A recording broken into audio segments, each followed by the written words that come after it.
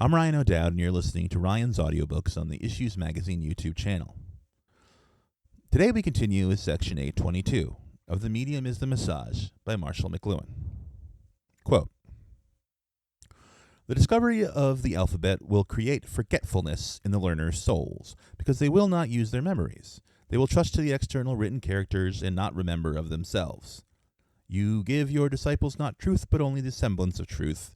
They will be heroes of many things and will have learned nothing. They will appear to be omniscient and will generally know nothing." Socrates in Phaedrus.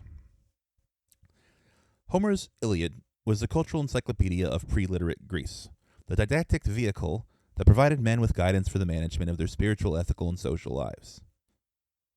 All the persuasive skills of the poetic and the dramatic idiom were marshaled to ensure the faithful transmission of the tradition from generation to generation.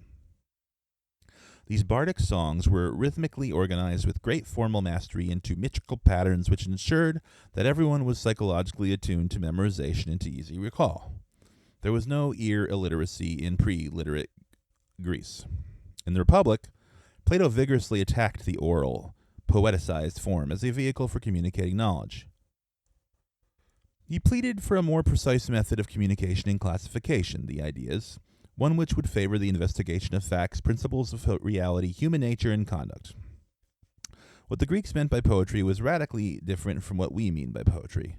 Their poetic expression was a product of a collective psyche and mind. The mimetic form, a technique that exploited rhythm, meter, and music, achieved the desired psychological response in the listener.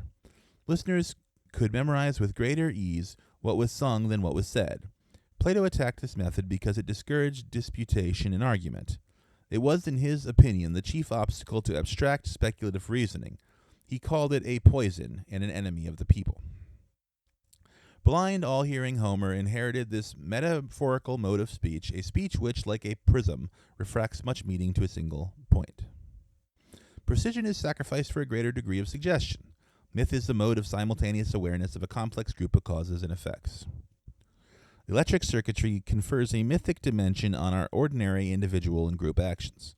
Our technology forces us to live mythically, but we continue to think fragmentarily and on single, separate planes. Myth means putting on the audience, putting on one's environment. The Beatles do this. They are a group of people who suddenly were able to put on the audience in the English language with musical effects, putting on a whole vesture, a whole time, a zeit. Young people are looking for a formula for putting on the universe. Participation, mystique. They do not look for detached patterns, for ways of relating themselves to the world, a la 19th century. This concludes Section 822 of The Medium is a Massage by Marshall McLuhan. Tomorrow we will continue with Section 823. I will see you then. Alam.